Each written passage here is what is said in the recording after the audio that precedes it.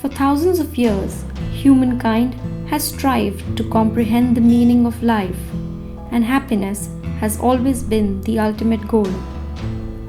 Through all our endeavors, we have tried to engage in realms that bring us a sense of purpose and satisfaction. When we imagine, when we create, and when we realize these visions in science, art, architecture, and literature. And cities are the physical manifestation of all these creative pursuits. Cities bring people together to meet, interact, and do the most unimaginable things together. Wars have been fought to conquer and rule the great cities, monuments constructed to commemorate their triumph, and even today, cities have come to symbolize our achievements and our aspirations. It is no doubt that the city has been our greatest step in the pursuit of happiness.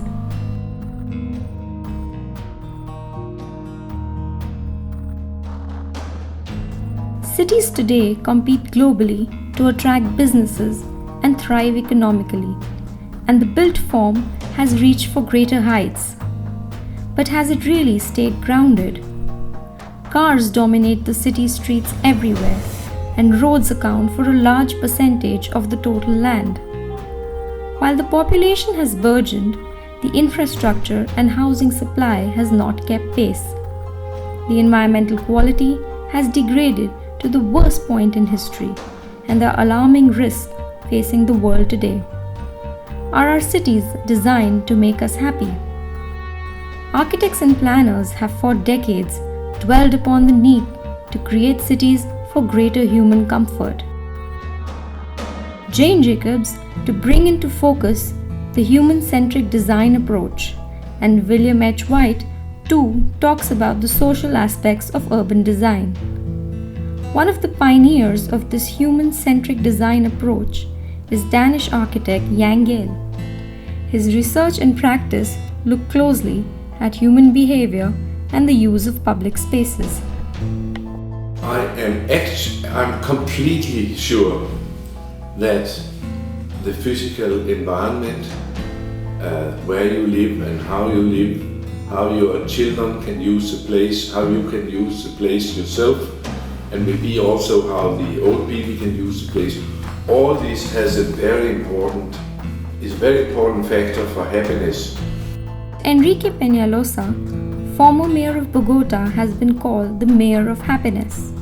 In his 3-year tenure, he transformed the city of Bogota by redefining who his city was designed for and to whom it really belonged.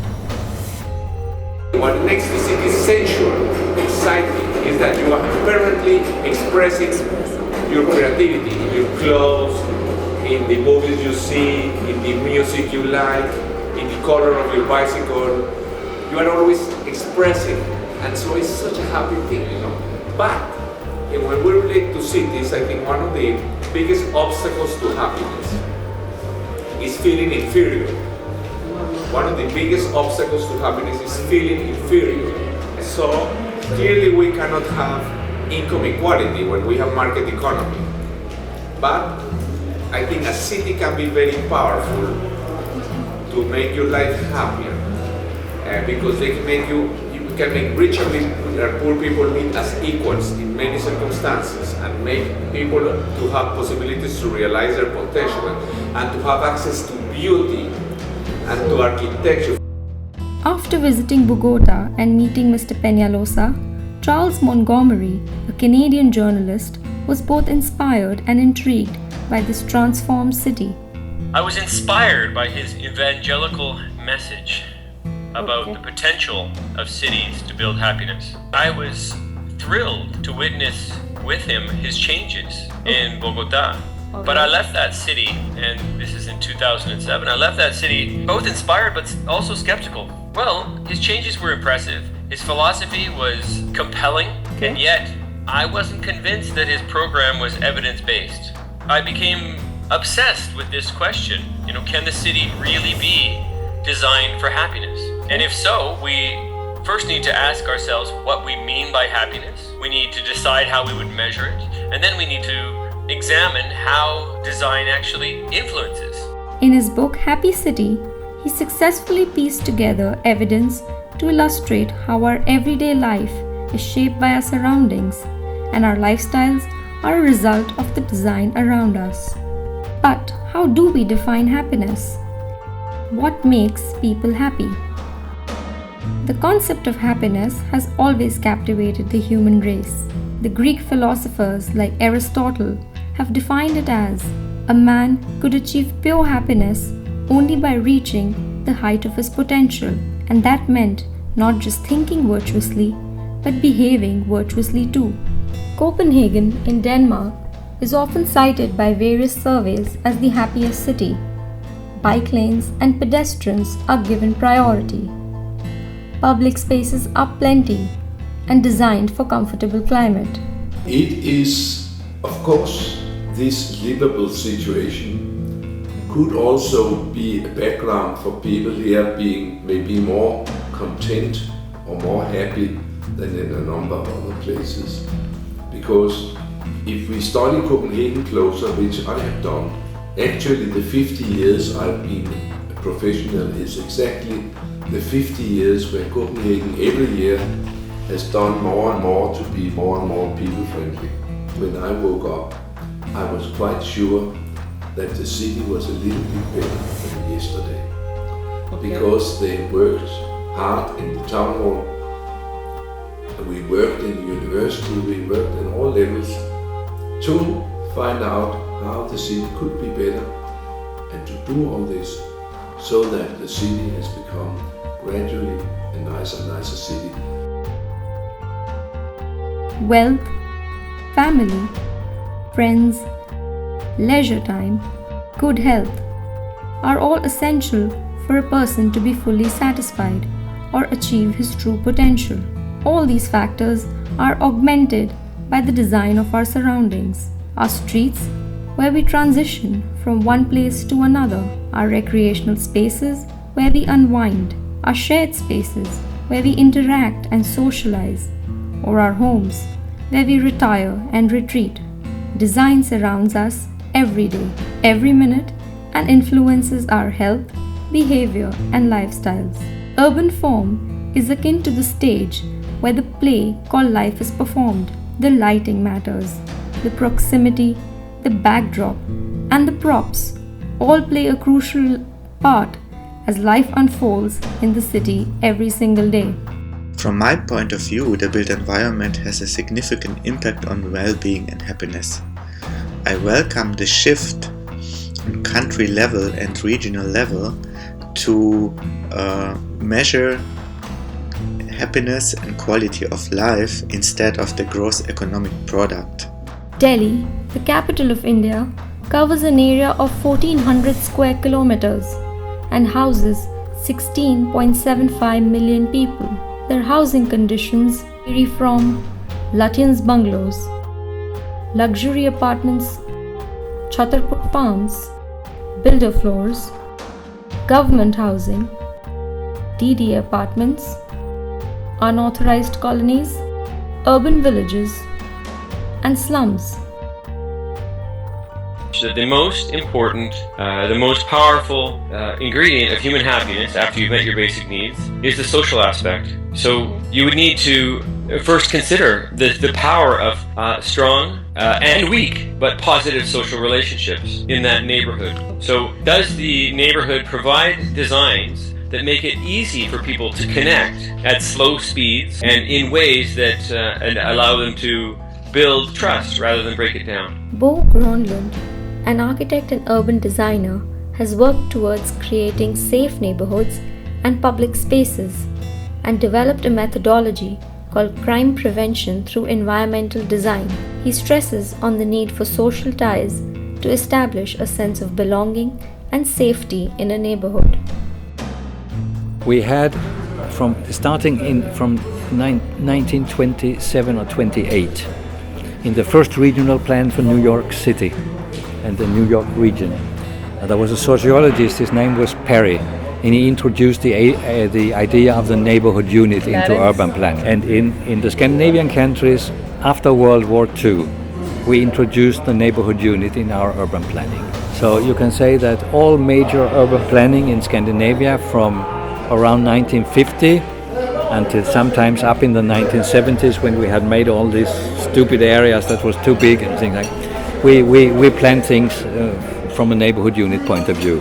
So that you should, in large cities, you should have 10,000 people around a metro station. They should have the shopping mall, they should have the schools, they should have the kindergartens, they should have some cultural palace for meetings and things like that. You should actually have almost all things you needed in this unit of 10,000 people with the metro station. And what we found out, at least as time goes by there, is that the social network doesn't work on that level to a very large degree, so that from this safety point of view and feeling of safety point of view, it's much smaller units. The largest unit where you can get to know people and know about their personal lives a little bit is about 100 people. So 10,000 people, it was not a unit where you could get to know your neighbors, not 10,000 people. So it's a smaller level. And our first guideline for the safe city actually discussed this in Denmark. If you don't eat together every night, it might be just 20 or 30 people, which is the close group where you know about each other's lives. In Denmark, we will normally say that you should have your private garden close to the house, but the fence should be low so that you can speak to your neighbor across the fence. When we are improving this social housing, for instance, we very often we add these private gardens. So the people that are living at the ground level, at the lowest level in the house, they get the possibility to get out in their own private garden. So that creates some possibilities for social contacts across the fence. You can talk to your neighbors when you are in your garden.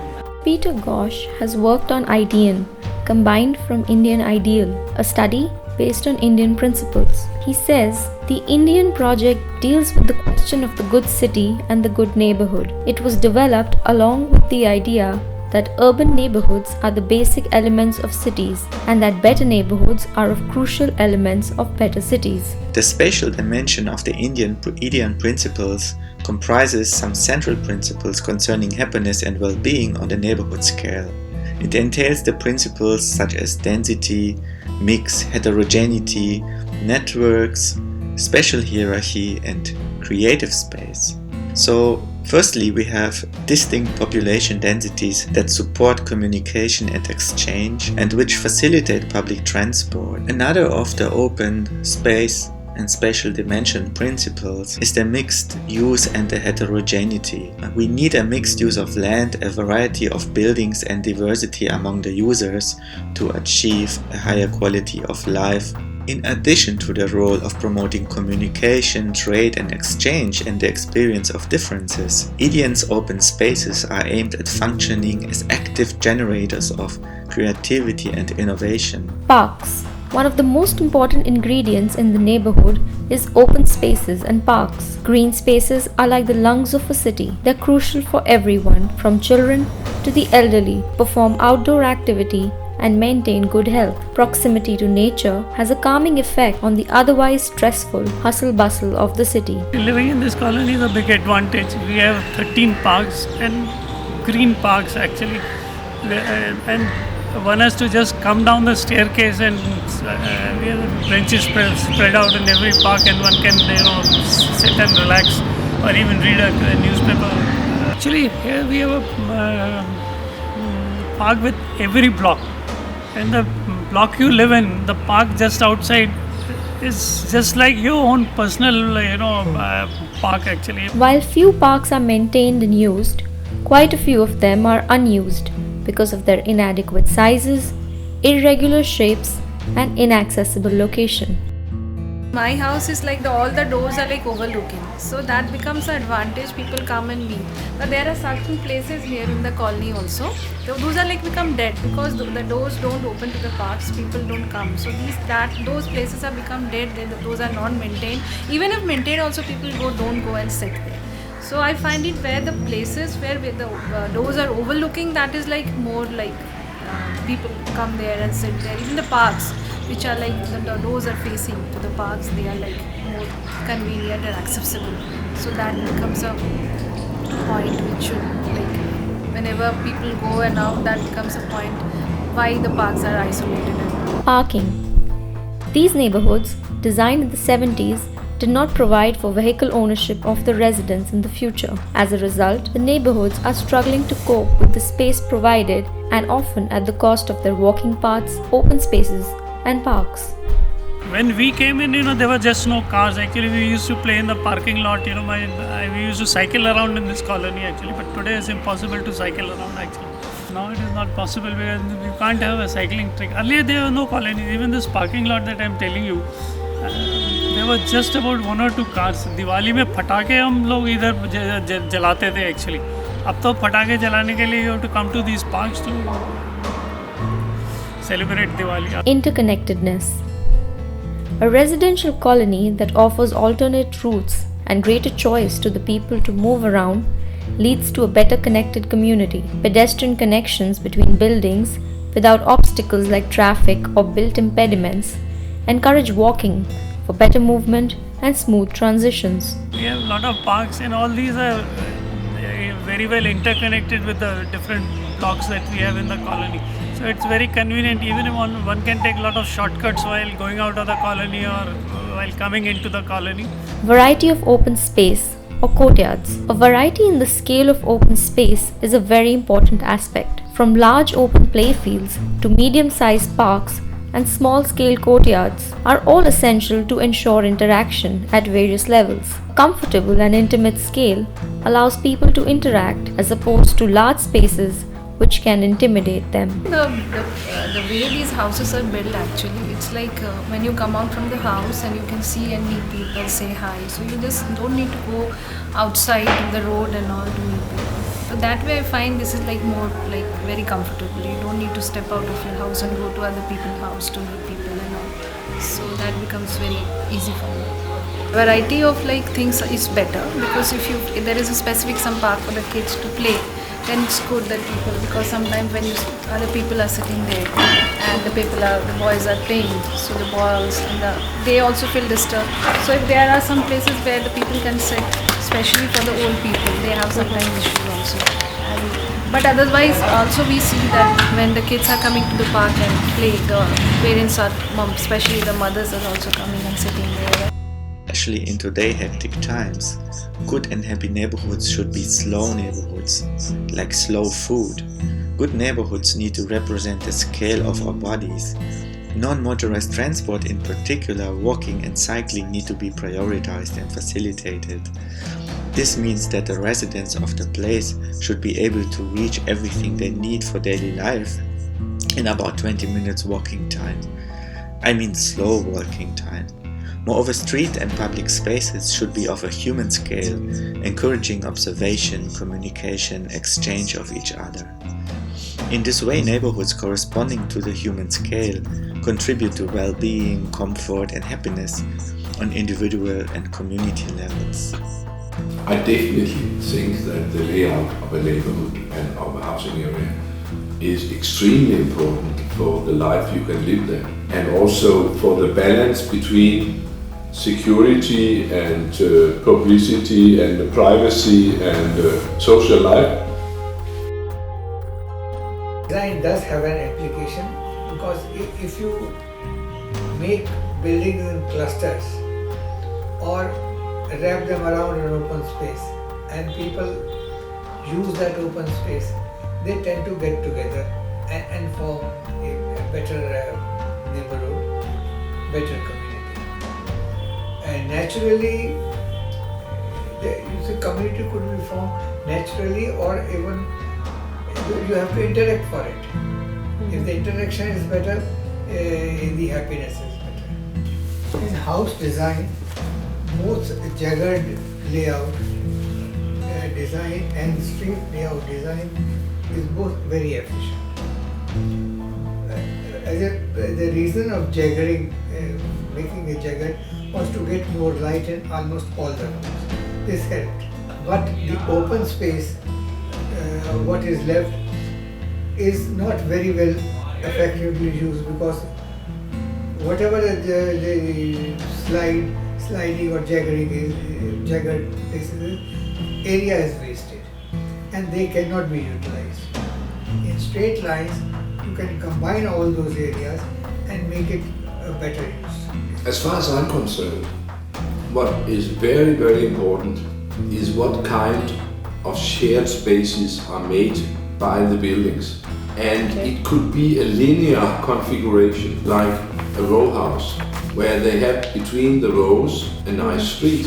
It could also be that a number of buildings are around a square, but actually the linear system is made by the feet, and the square is made by the vision, what you can see.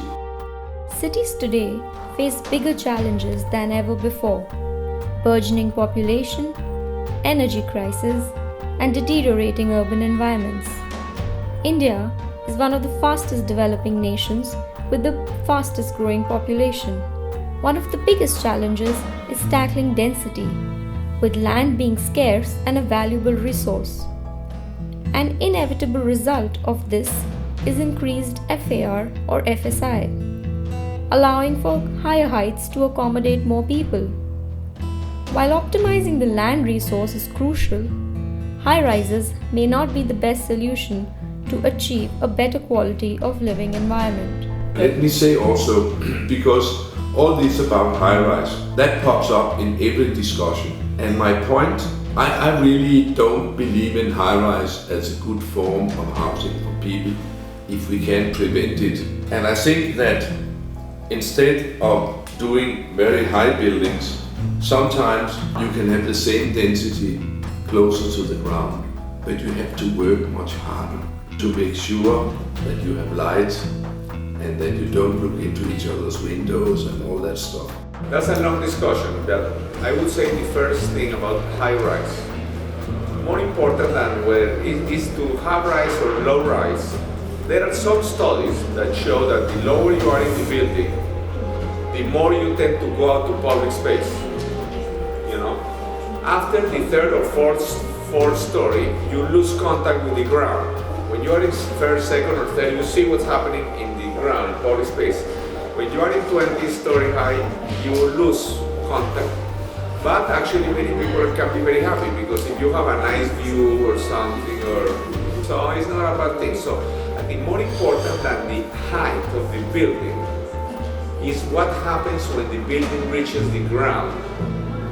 The important thing, when you do a building or almost anything in a city, you do anything in a city, the way to measure whether it's good or bad is whether it improves the pedestrian quality. What does it mean? That when you do the building, does it become more attractive to be there in front of the building? Cancer wave would be a combination of high-rise and low-rise, multi-story and low-rise, because there is a demand for low-rise. For example, a middle-income group or a lower-income group person cannot afford additional cost of a lift or making the water go up and then coming down. That additional thing is unnecessary burden. It can be done without it. So if you have a combination where few multi-stories are there and few other low-rise, that is the best combination. You have to put it together in such a way that it benefits both the communities. In a multi-story, there are many advantages. One is that you get more open space, which is used by the community. In low-rise building like 3-story, there is a tendency to extend your house outside the limit. Natural, whether it's open space or a parking area or car park, which doesn't happen in a multi-story. Second is because of the common problems, lift and water and electricity, they have to get together, and that by force a community is made out. India is planning to cope with the challenge of urbanizing while keeping its detrimental effects to a minimum by its future vision for planning smart cities. How does one define smart? While some of the practitioners believe that technology must act as an aid in order to efficiently manage the city systems and ensure development, others believe that there is much more at stake and the word smart does not comprehensively define the goal. Today, a massive number of neighborhoods worldwide is created in the manner of mega projects and gated communities with a great amount of uniformity and homogeneity. These developments are happening on a massive scale, in particular in the emerging cities of China, India, and other emerging economies. Almost all of these neighborhoods are car-oriented, and the main driver of this development is the private sector. Most often, overarching environmental and social aspects are not addressed, unfortunately. Walking is hardly possible, and the majority of the projects are walled, lacking integration with the surrounding urban fabric and with their neighbors. I think that the resulting neighborhoods, even when labeled and green or smart, are not equitable and sustainable, in particular when appraising them from a distinct or city perspective. Every 3-4 years, the planners and designers and marketing people, they cook up some new word which they then celebrate for 3, 5, 4 years. One of the words may be smart, and then we have to have a robot city, and then we have to have some other city. Then the city shall be green, and then it shall be grey, and then it shall... So we artists always need to have new isms they can follow. But as far as I'm concerned, I think that it's very important that we keep the focus on actually finding out who we are and what we know about habitat from all our past, and use that also in the present day situation, because we are still the same animal as we were for 4,000 years. And then we can find all kinds of funny words and use for a short time, and then we find another word. But the basics are to make good habitat for Homo sapiens. I think in the past it was sustainable cities, and now smart cities and global cities. No. What I think is important is human cities, cities that are good for equality. There is a conscious paradigm shift among city planners and the authorities to give the cities and the streets back to the people. For a long time, our cities have been designed for cars, and design briefs prepared according to the parking requirements. But there are visible changes. People must not be compromised at the cost of automobiles. Car speeds cannot override child safety, and the city should reflect our freedom and contribute to our happiness. The electric car, the self-driving automobile, the IBM-sponsored, intelligent transportation system, none of these things can overcome constraints, geography, and density in cities. So what I mean to say is, we only have so much road space. We have a limited amount of resources in cities, and our needs in the future will be the same as our needs in the past. We need to arrive at our crucial destinations. We need to meet our requirements for food, shelter, and security. And most importantly, we need to, I'm going to list two more, but we need to ensure that our cities are social, that they maximize the potential for positive social encounters. But the smart city movement doesn't think seriously enough about that issue, nor does it think seriously enough about equity. And equity is the greatest challenge our cities face currently. Rahagiri, Our Streets, Our Freedom is an initiative that started in Gurgaon in 2013 to encourage the use of the street for walking, cycling, and participating in community leisure activities. Modeled after Cyclovia in Bogota, Colombia, Rahagiri Day takes place every Sunday on dedicated corridors in different parts of the city today. What one witnesses is a community where the rich and poor meet, young and old join hands, and they are happy to be there, happy to belong. Cities and our neighborhoods influence the way we feel, the way we move, and the way we treat each other in ways most people don't realize. And so it's crucial that we pay attention to the design emotion connection, or we will continue to create places that make us sick, disconnected, and unhappy. We have an opportunity to build more health and happiness into our neighborhoods. Do our neighborhoods hold the key to our happiness in the future?